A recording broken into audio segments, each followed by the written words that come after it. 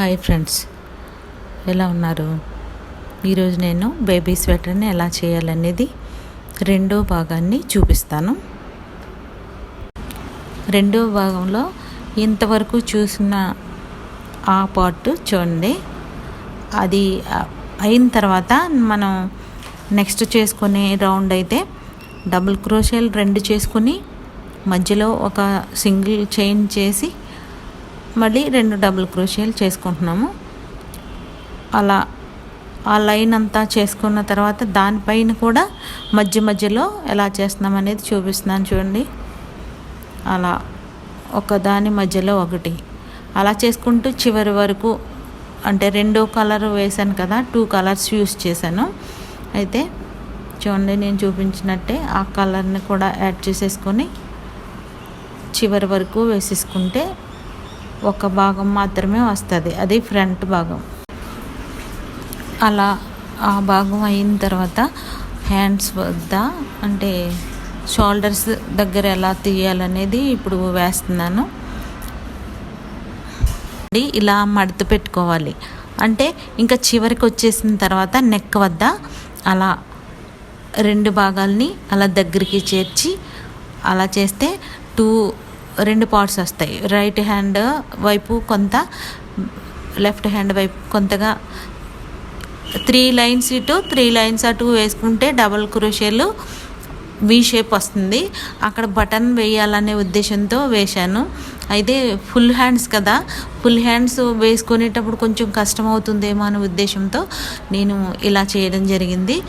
అయితే హ్యాండ్స్ తీసినప్పుడు నేను క్లియర్గా చూపించలేకపోయాను. అయితే షోల్డర్స్ వద్ద డబుల్ క్రోషేలు కాకుండా సింగిల్ క్రోషేలతో ఒక 6 లైన్స్ వేసాను అనమాట. రైట్ హ్యాండ్ వైపు 6, లెఫ్ట్ హ్యాండ్ వైపు 6 వేసాను. అది వేసిన తర్వాత దానిపైన చూడండి ఎలా 20 రింగ్స్ తీసుకుంటూ మెడంతా వేసేసుకుంటాను అనమాట. అలా వేసేసిన తర్వాత అది ఇంకా కంప్లీట్ అయిపోయినట్టే. అప్పుడు ఈ బౌత్ సైడ్స్ ఉన్న ఈ ఫ్రంట్ ప్యానల్, బ్యాక్ ప్యానల్ని, అంటే ఫ్రంట్ భాగము బ్యాక్ భాగము రెండింటిని జాయింట్ చేసి ఆ షోల్డర్స్ దగ్గర కనెక్ట్ చేసేస్తాను. ఆ కనెక్ట్ చేసిన భాగాన్ని హ్యాండ్ ఎలా తీయాలనేది లాంగ్ హ్యాండ్ని వేసి అప్పుడు దానికి కనెక్ట్ చేస్తాను నేను. అది మీకు చూపిస్తాను. అయితే నేను ఇప్పుడు చూపించేది మాత్రం బాడీ, ఓన్లీ నెక్ని ఎలా తీసాను అనేది మీకు చూపిస్తున్నాను. ఆ నెక్ తీయడం అనేది కొంచెం కష్టం అనిపించవచ్చు, మీకు అర్థం కాకపోవచ్చు కూడాను.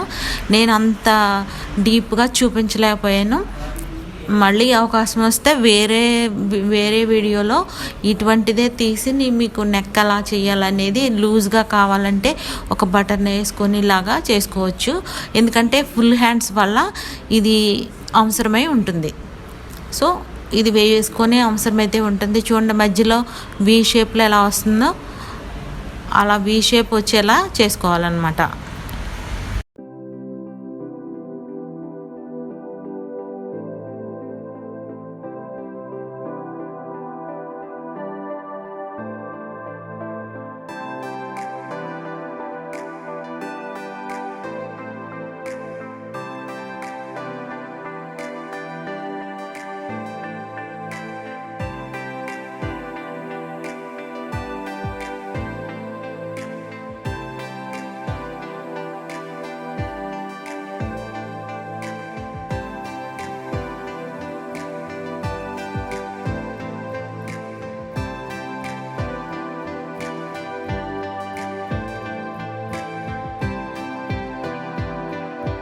చూడండి, ఇప్పుడు ఆ రెండింటిని వేసిన ఫ్రంట్ పార్ట్ బ్యాక్ పార్ట్ని రెండింటిని జాయింట్ చేసేసి అలా వేసాను. ఆ జాయింట్ చేసిన భాగాన్ని హ్యాండ్స్తో అలా కవర్ చేశాను అనమాట.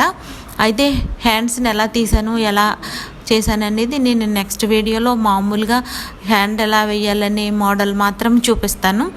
జస్ట్ ఇది ఎలా నేను చూపించిన భాగంలోనే ఎలా వేసాను అనేది మీరు నెక్స్ట్ వీడియోలో కొంచెం క్లారిటీ ఇస్తూ చూపిస్తాను.